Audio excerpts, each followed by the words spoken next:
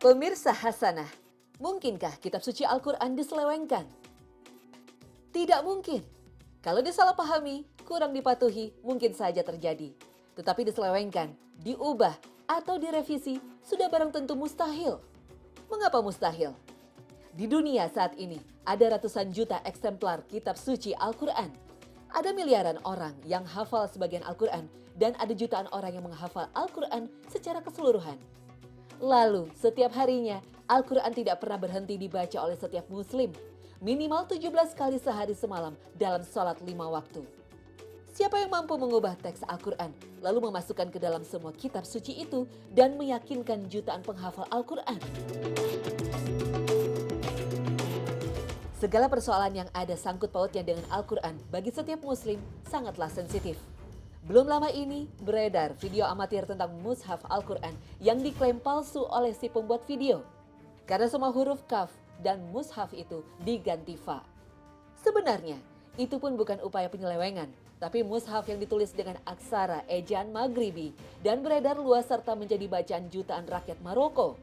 Sekalipun tertulis fa, tapi rakyat Maroko tetap membaca kaf.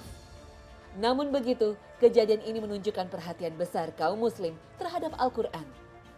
Sekali saja ada orang yang salah membaca Al-Quran, akan ada ribuan orang yang mengingatkan kesalahan itu.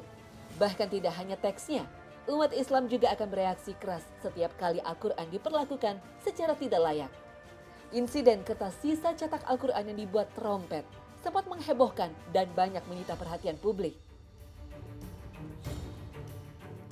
Al-Quran adalah kitab suci terakhir yang diturunkan kepada umat manusia, sehingga sangat pas ketika Allah berjanji akan terus menjaga keasliannya hingga hari kiamat.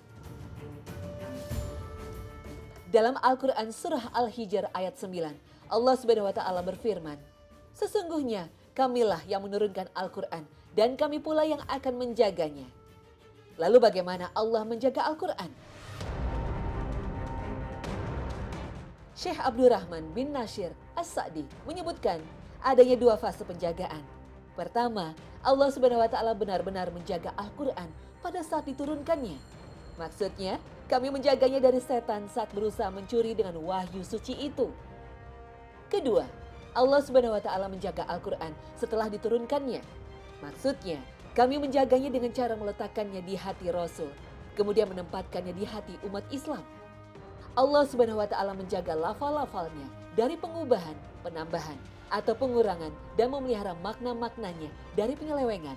Sehingga apabila ada orang yang berupaya untuk menyelewengkan maknanya, Allah pasti mengerahkan orang lain untuk memaparkan kebenarannya yang hakiki. Namun demikian, bukan berarti tidak ada pihak yang berupaya memalsukan Al-Quran.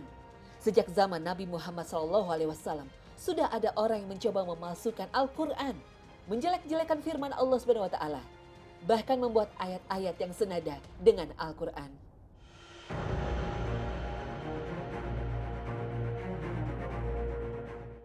Di era modern, saat Mesir mengadakan perjanjian damai dengan Israel, Perdana Menteri Israel pada waktu itu meminta Presiden Anwar Sadat untuk menghapus ayat-ayat Al-Quran tentang Bani Israel. Tahun lalu, permintaan serupa ini muncul kembali di Paris. Sebanyak 300 tokoh Perancis terkemuka, termasuk mantan Presiden Nicolas Sarkozy dan mantan Perdana Menteri Manuel Valls, menandatangani manifesto yang diterbitkan di harian Perancis Le Parisien. Manifesto itu menuntut beberapa bagian Al-Quran dihilangkan karena mengandung paham kekerasan dan antisemit. Allah Subhanahu wa Ta'ala, dialah yang akan memelihara Al-Quran. Maka sampai kapanpun Al-Quran akan senantiasa terpelihara.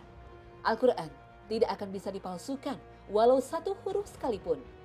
Banyak para penghafal Al-Quran yang tidak saja hafal keseluruhan ayat Al-Quran, namun mereka juga hafal setiap bentuk dan huruf-huruf, termasuk tanda-tanda berhenti atau wakaf yang ada dalam Al-Quran.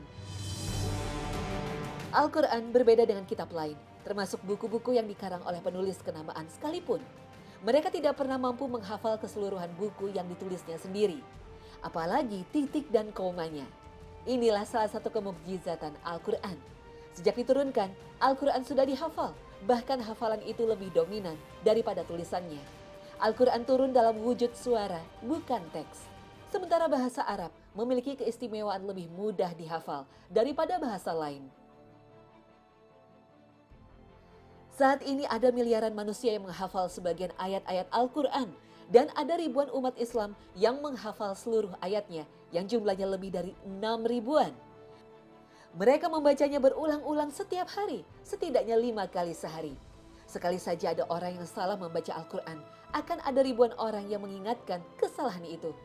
Semua itu menjelaskan firman Allah Subhanahu wa taala bahwa Al-Quran memang dijaga keasliannya oleh Allah Subhanahu wa taala.